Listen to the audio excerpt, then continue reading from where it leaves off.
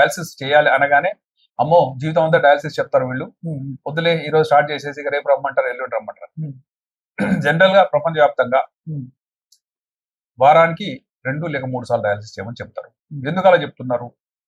దాని ఆన్సర్ ఏంటంటే మనకు 2 కిడ్నీస్ పనిచేస్తున్నాయండి, మనకేం తెలియదు ఎంత స్పీడ్ లో పనిచేస్తున్నాయి, ఎంత గట్టిగా పనిచేస్తున్నాయో. కానీ 80% మన క్రియాటిన్ కానీ మురికి పదార్థాలు పెరగకుండా చూస్తున్నాయి. ఆ కిడ్నీ చేసే పనిని బయట ఉండే ఈ మెషిన్ ఏదైతే ఉందో డయాలసిస్ మెషిన్, అంతకంటే చిన్న మెషిన్ అది.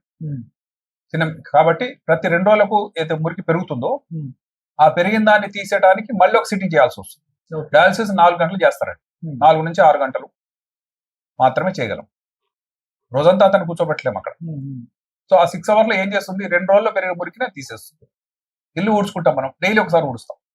చెత్త బాగా వస్తుంది, డస్ట్ బాగుంది, ఇంటి రోడ్డు పక్కన ఉంది అనుకోండి, రోజుకి 2 సార్లు ఊడుస్తాం. అంటే మనం పరిశుభ్రం చేస్తున్నాం మన ఇంటిని.